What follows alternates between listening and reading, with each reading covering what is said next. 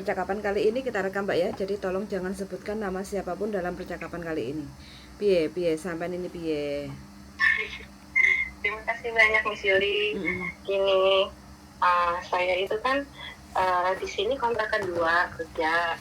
Jadi sebulan setahun ini saya 2 kontrak. Beda gitu.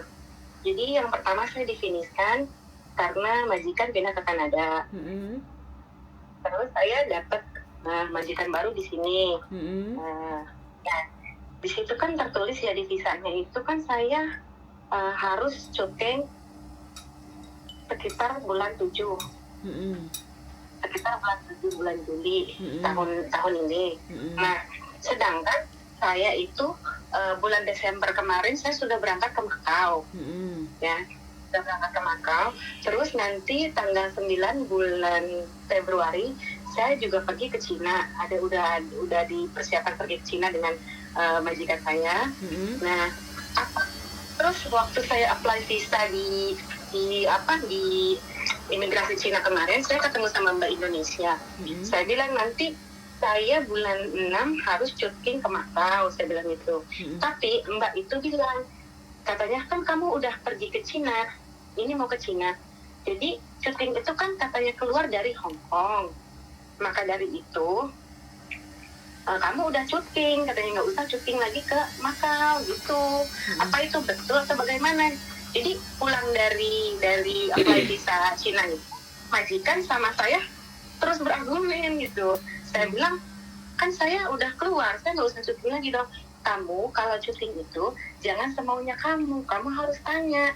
Ini kan kamu syutingnya nanti bulan 6. Kalau memang harus syuting, kamu tanya sama orang yang tahu apakah kamu perlu atau tidak.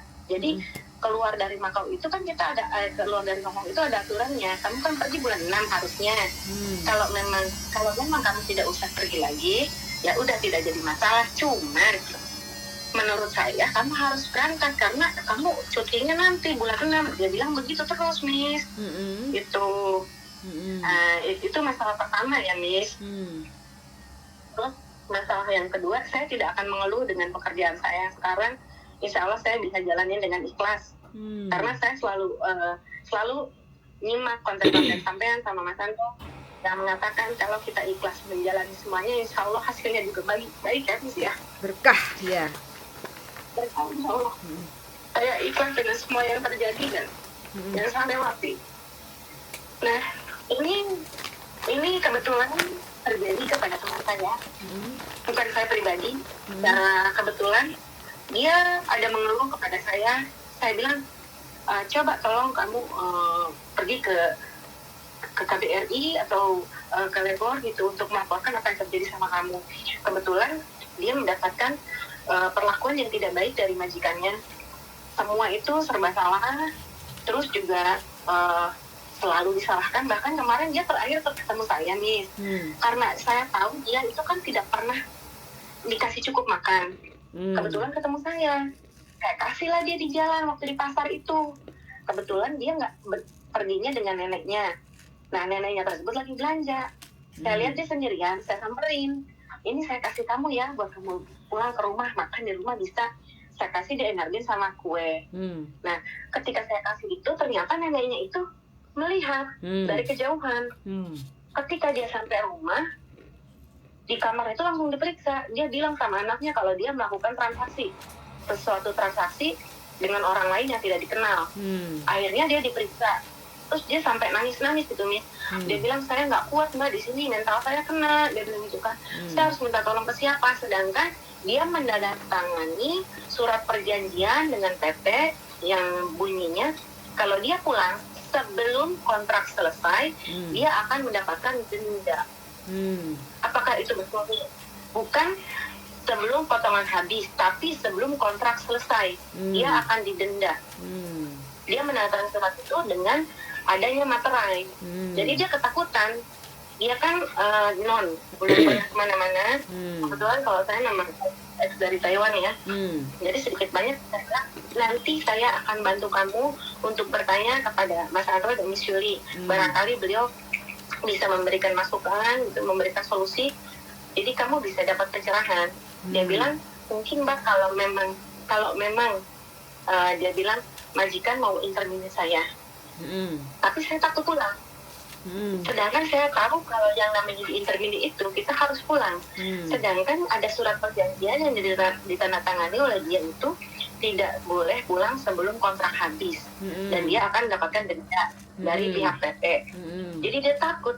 Dia bilang saya mau pergi ke Makau saja, karena kalau misalkan dari sini otomatis kalau mendapatkan cari majikan baru dia harus pulang dong, karena di intermediate dia bilang gitu. Ya udah kalau begitu nanti saya coba bantu tanya ke beliau, ke Miss Yuli, biar kita dapat penjelasan bagaimana baiknya buat kamu. Nah itu saja, terima kasih. Oke, siap. Temennya berapa lama di Hong Kong? Di sini baru sekitar 5 bulan, 1 bulan lagi dia Selesai potongan. habis potongan. Oke, ini jawab pertanyaan dari teman sampean dulu ya. Baik. Intinya tidak ada, teman sampean itu kena mental, satu, belum siap untuk menghadapi majikan Hong Kong.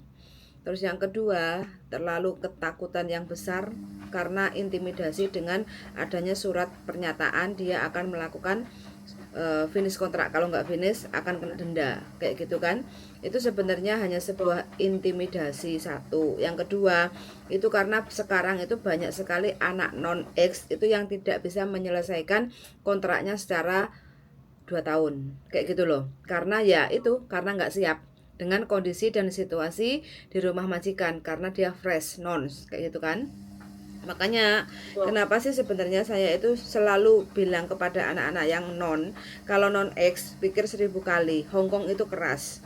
Kita itu harus punya siap mental untuk menghadapi. Kita nggak tahu bermacam-macam karakter majikan, entah itu pelit, entah itu super bossy, ya nggak. Terus habis itu cerewet, belum lagi kerja dari pagi sampai malam, kita nonstop pekerjaan nggak ada habisnya, kayak gitu. Kalau kita nggak siap pasti kita down, kayak gitu loh. Jadi karena kita dibayar mahal, kalau kita nggak siap ya seperti ini hasilnya, bingung takut, kayak gitu loh. Bingung dan takut itu sebenarnya tidak akan bisa menyelesaikan masalah selama dia tidak diinterminate. Santai saja, jangan terlalu diambil hati dengan situasi dan keadaan di rumah majikan. Niat kita kerja, tiap bulan gajian, selesai, tugasnya apa, kayak gitu kan. Jadi kita melakukan pekerjaan itu berusaha. Jadi di dalam hati itu sampean bilang aja ke teman sampean, bukan kita finish kontrak karena ada rasa takut karena ada ancaman surat, kayak gitu ya. Tapi kita itu harus bisa konsisten dan komitmen untuk menyelesaikan kontrak itu 2 tahun. Kondisinya seperti apa? Karena yang merasakan hal yang seperti itu bukan hanya temannya sampean tok.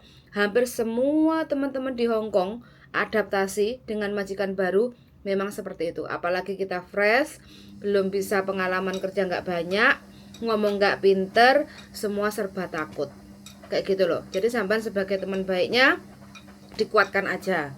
Karena apa? Putus kontrak itu tidak akan menyelesaikan masalah. Kalau kita masih ingin kerja di Hong Kong, konsisten 2 tahun. Nanti kalau sudah finish kontrak 2 tahun, kita mau cari atau ganti majikan sing model koyo opo, tinggal milih, kayak gitu loh. Ya enggak?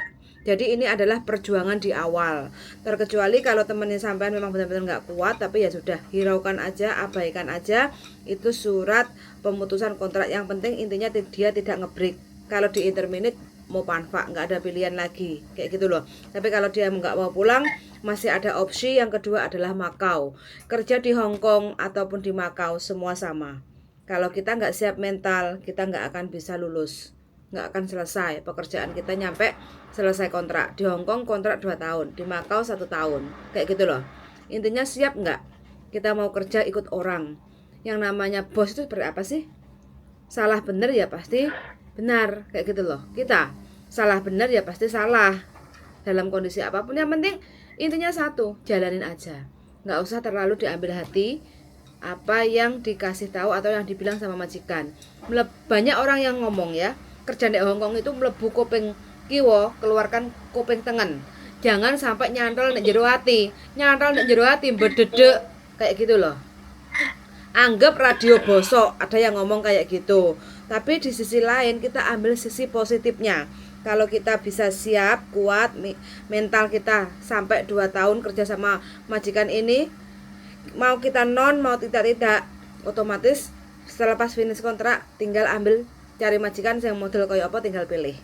Kayak gitu loh. Ya. Jadi sampean jangan ikut terbawa dengan suasana keadaan rumah majikan. Sampean harus bilang ke dia, ini Hongkong Mbak, sampean harus kuat Mbak. Gak apa-apa, gak usah diambil hati. Tenang saja, yang penting sampean gak dipukul, yang penting sampean gak diperkosa. Yang penting sampean tetap gajian, gak telat. Udah cukup kayak gitu loh. Ya. Saya jujur, saya pertama datang ke sini sampai sekarang pertama kerja di sini pun masih shock culture gitu ya, kaget banyak perbedaan cara kerja etos kerjanya di sini dengan di Taiwan kan sangat berbeda jauh ya. Sampai ada kalanya kok begini ya, sampai hampir nyerah. Cuman jujur saya itu pengikut sampean sejak saya pertama datang sini ya. Di sini sampean saya ikutin, saya lihat konten-kontennya setiap hari, nemenin saya kerja, saya tinggal HP, saya dengerin, saya pasang earphone, saya selalu dengerin gimana gitu kan, apa yang terjadi di teman-teman di luar sana, mungkin lebih ada yang lebih menderita dari saya berusaha ikhlas nerima semua yang apa terjadi sama saya karena oh iya mereka pun lebih dari saya menderita, mungkin cuma lelah seperti apa, dan saya coba ikhlas, insya Allah kalau misalkan saya ikhlas saya bisa lewatin semua. 2 tahun tidak akan lama kalau di situ ya. Saya mungkin harus cari lagi majikan. Iya, harus berjalan. Iya, karena jujur di sini ya udahlah saya sekalian curhat biar ada loh untuk makan, majikan tidak provide untuk saya gitu kan. Kan saya ada uang makan ya di kontrak kerja itu boleh, tapi saya tidak pernah menanyakan, saya tidak pernah meminta, saya makan seadanya. Kalau saya tidak ada yang bisa dimakan, saya keluarkan uang saya sendiri ya, beberapa dolar untuk beli telur, untuk beli beras, saya bisa masak sendiri karena di sini kalau siang saya sendirian. Dan ada seminggu sekali anaknya majikan itu datang dari lain kota, datang ke sini, kadang mereka membawakan saya bahan makanan yang bisa di stok frozen gitu, jadi saya bisa makan untuk setiap harinya. Tapi itu tidak setiap minggu, terkadang mereka bawa, terkadang tidak. Ya saya mengalah, tidak apa-apa, saya mengeluarkan sedikit uang, tapi saya masih tetap bisa makan karena untuk masak dilibatkan, dibolehkan. Untuk itu makanya saya bersyukur saya masih bisa masak sendiri untuk saya makan. Ada juga yang tidak boleh masak, ada juga yang hanya boleh beli gitu. Saya lihat oh ternyata seperti ini ya, kompleks gitu untuk kerja di Hongkong itu ya seperti yang Mbak Yuli bilang. Kita benar-benar harus siap mental, jangan hanya cuma terpaksa atau karena sakit hati terus berangkat ke sini tanpa persiapan. Ya betul, mental itu harus dipersiapkan karena tidak semua rumah, tidak semua tempat yang ada di Hongkong ini welcome dan memperlakukan kita sebagaimana layaknya keluarga. Ya inilah pekerja, apa yang Mbak Yuli bilang, kita salah ya salah, kita benar tetap salah. Mereka itu bos yang memang apa kata dia benar ya benar. Contoh kalau nyuci baju, saya kan nyuci 2 hari sekali, tapi ketika waktunya saya nyuci dan majikan bilang saya belum selesai kerja hari ini, saya belum kerja, harusnya nanti hari apa gitu baru boleh dicuci karena sekalian baju kerja saya bilang kan biasanya kamu cucinya bajunya hari ini bukan hari sekarang. Terus dia bilang ya tapi kan kamu lihat di situ banyak baju yang tergantung, sedangkan kalau saya cuci baju yang menggantung di situ, mereka tidak menerima karena mereka bilang belum selesai kerja. Ya seperti itulah contoh kecilnya Mbak Yuli. Mungkin saya tahan gitu. Cuma saya berusaha oh iya saya yang salah, saya tidak memberikan servis dan tidak mengingat apa yang harus saya lakukan seperti itu. Karena kalau saya ke hati saya salah terus, yang ada aduh stres dan nyesek. Begitu terjadi setiap hari. Intinya selama kita tidak di interminate itu udah oke lah, nggak usah terlalu main perasaan di Hongkong itu. Just do it akan menjadi duit kayak gitu loh. Kalau kita main perasaan selesai di Hongkong itu nggak akan bertahan lama kayak gitu loh, ya nggak. Jadi sampean kuatkan aja temennya sampean, nggak usah ngeluh, sabar. Pastilah awake dhewe koyo naik gunung yo, capeknya minta ampun kayak gitu kan. Tapi selama kita pelan-pelan jalani dengan seksama, pokoknya konsisten, lama-lama akan nyampe tujuan kita, finish kontrak. Kan hanya 24 bulan. Dan setiap bulan kita itu akan terima gaji. Kita bayangkan, ya enggak? Kita kembali lagi, yo diunggahno yo dodokno. Masih banyak teman-teman yang di Indonesia kepengen antri ke Hong Kong. Iya enggak, tapi kita udah dapat peluang, udah nyampe Hong Kong, ya piye carane lah. Ngeluh boleh, menyerah jangan. Gitu aja lah pokoknya inti dari perkataan kita hari ini. Bilang ke temennya sampean, kayak gitu ya. Nggak usah takut. Itu terus masalah cuti gimana? Oke. Masalah cuti saya. Kalau masalah jogging, kalau memang sampean selepas sampean ambil visa dengan majikan baru, itu sampean sudah jogging, itu sampean nggak perlu jogging lagi. Asal paspor sampean cukup 2 tahun kayak gitu. Saya nggak bisa melihat secara jelas. Saya nggak bisa melihat secara jelas karena sampean, aku nggak melihat fisiknya. Jadi sampean harus kirim ke saya visa plus sampean selepas jogging itu kan ada lembaran kecil tuh. Tutup aja Mas, nggak usah dikunci. Nah itu sampean foto baru aku bisa baca kayak gitu ya. Kayak gitu. Jadi nanti kalau sampean jadi kalau sampean udah jogging asli sebenarnya sampean nggak perlu jogging yang kedua kali kalau memang nggak ada kepentingan. Tapi kalau sampean ingin jogging sana sini dengan tujuan jalan-jalan, liburan, nggak ada masalah. Tapi kalau sampean sudah jogging sekali sudah cukup. Walaupun tidak tertera di tanggal, itu kan tertulis kalian harus jogging kurang lebih batas maksimal itu 1 tahun. Dan dalam waktu 1 tahun itu kan ada tanggal, bulan, tahun. Nah itu sampean nggak boleh lewat dari itu. Bukan berarti sampean saklek harus yang ditentukan di tahun itu, gitu, di bulan itu, gitu. Gitu ya. Jadi nanti sampean tinggal foto aja visa plus lembaran kecil joggingnya. Baru saya bisa kasih jawaban ke sampean kayak gitu ya. Baik. Nanti ada sore ya Mbak Yuli, soalnya paspornya dipegang sama majikan. Pelan-pelan nggak apa-apa. Oke. Pokoknya saya mohon maaf kalau slow respon kayak gitu ya. Tidak apa-apa, terima kasih banyak. Oke, semangat buat temennya, suruh semangat pokoknya, terus berjuang ya sampai finish kontrak ya.